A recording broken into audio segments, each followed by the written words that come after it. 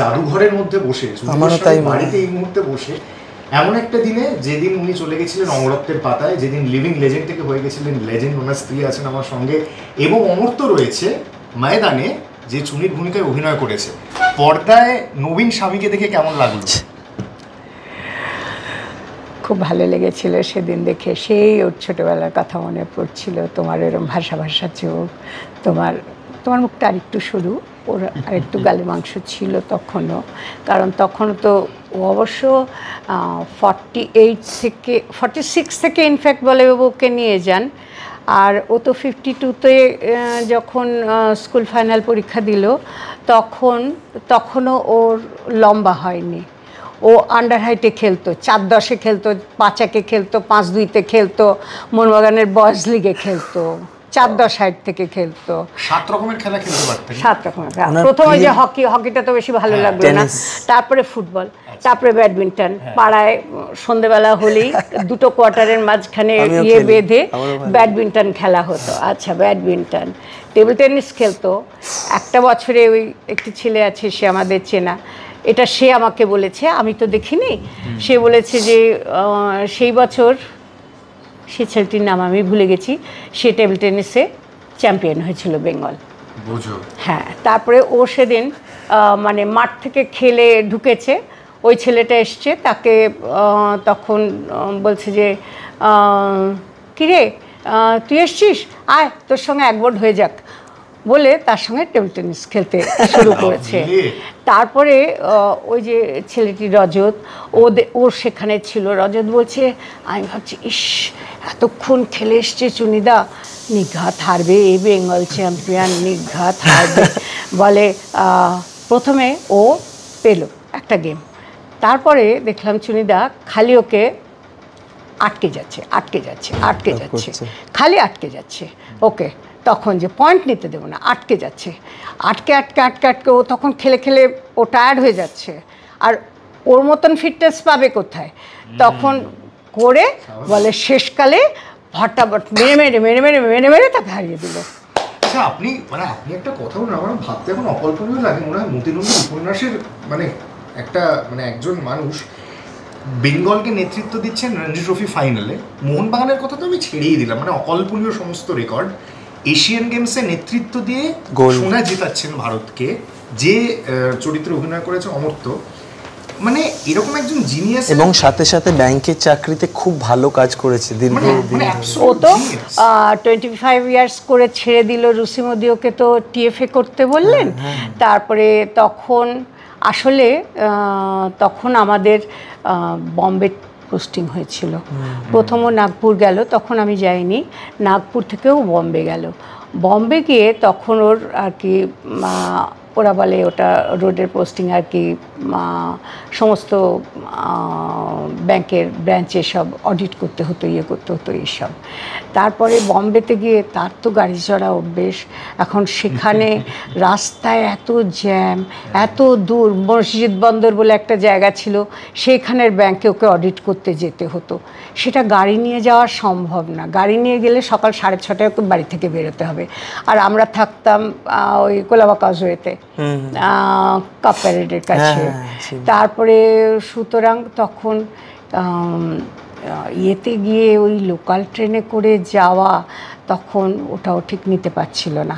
তারপরে যাই হোক, ওর কাপ প্যারেডের যে বড় অফিসটা, সেখানে ওর অডিট পড়লো, সেটা আমরা রইলাম 1 বছর কয়েক মাস আমরা বম্বেতে ছিলাম।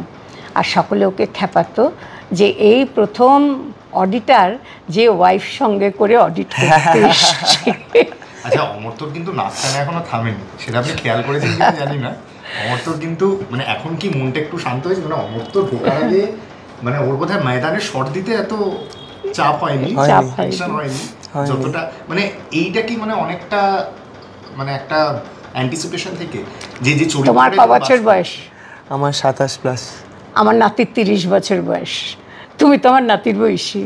হ্যাঁ। আচ্ছা, ও আমি যেটা জানলাম 3 বছর প্র্যাকটিস করেছে, 3 বছর এই চরিত্রটার মধ্যে থেকে পুরো অভিনয়টা করেছে। তো ওই বল কন্ট্রোল করা সম্ভব নাকি?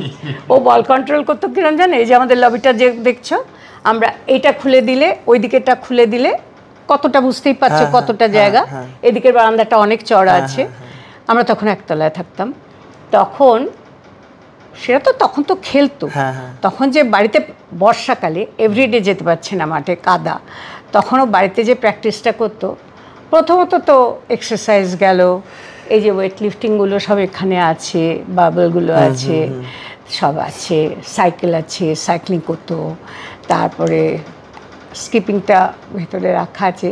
আমাদের আমার ঘরে একটা জানলা ছিল, সেটা বন্ধ করে ওই জানলাটা খুলে দেয়ালের গায়ে লেগে যাবে, পেছনের কবজাটা তো অনেকটা বড় ছিল, তার গায়ে স্কিপিংটা ঝুলতো।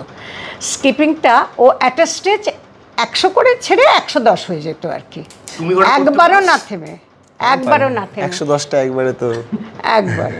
আর খালি লেজটা যে মেঝেতে পড়ছে সেটা শব্দটা হচ্ছে, পায়ের কোনো শব্দ হচ্ছে না, আর পাটা ঠিক এইটুকু উঠছে, উঠছে না উঠছে, উঠছে না উঠছে, এই হচ্ছে এই প্র্যাকটিসটা।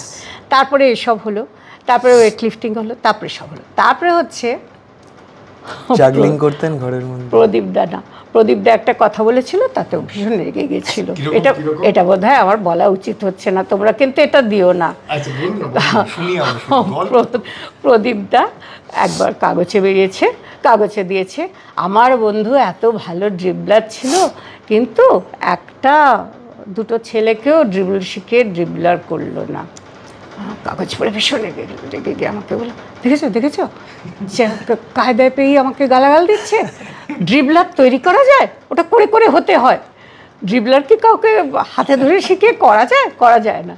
সেটাই বলছি, ড্রিবল প্র্যাকটিসটা করতো। বাড়ির যত জুতো 1 ফুট অন্তর অন্তর এই দিক থেকে ওই দিক অবধি 1 ফুট অন্তর অন্তর রাখা হলো, একটা টেনিস বল, সেটায় লাস্ট দাঁড়ালো, দাঁড়িয়ে ঘুরে এটার মধ্যে দিয়ে যাচ্ছে, টেনিস বল এটার মধ্যে দিয়ে যাচ্ছে, ওটার মধ্যে দিয়ে যাচ্ছে। 1 ফুট অন্তর অন্তর জুতোগুলো আছে, এতটা করে ধরো যার যেরকম পায়ের সাইজ জুতোগুলো আছে, সেটা দিয়ে দিয়ে ড্রিবল করে করে করে করে এদিকে আসে, আবার এদিক থেকে করে করে ওই দিকে যাচ্ছে। ওই প্র্যাকটিস কেউ করতে পারবে না, আমি বলছি। যে প্র্যাকটিস আমি বাড়িতে দেখেছি সেই প্র্যাকটিস কেউ করতে পারবে না।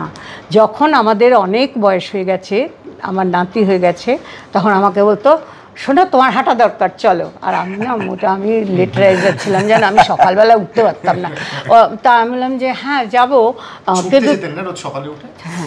তা আমি বললাম শোনো তুমি কিন্তু এই 5:30 থেকে আমাকে জাগাতে পারবে না, সরি, আমার 7টার আগে ঘুম থেকে উঠলে ভীষণ কষ্ট হয়।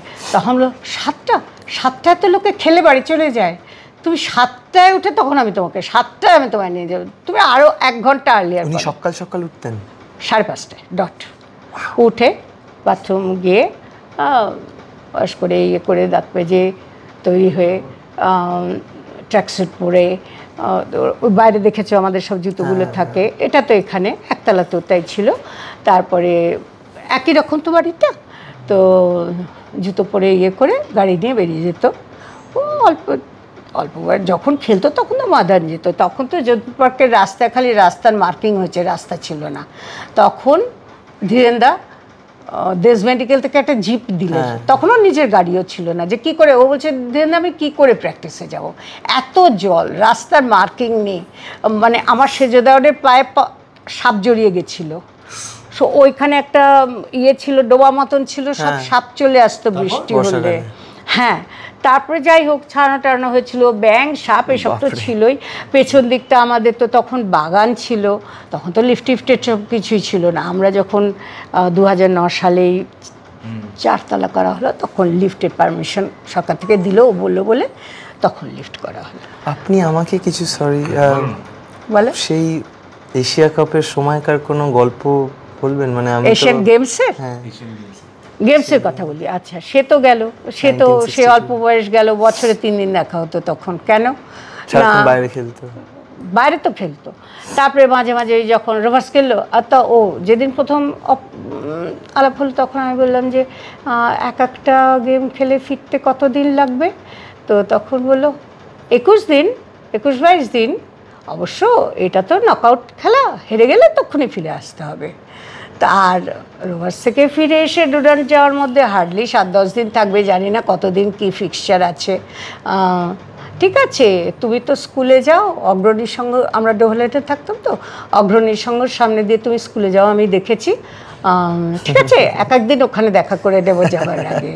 তখন আমি বললাম না না আমার ছোটো ভাই আমার সঙ্গে স্কুলে যায়, একদম না। তো তারপর আচ্ছা সে দেখা যাবে।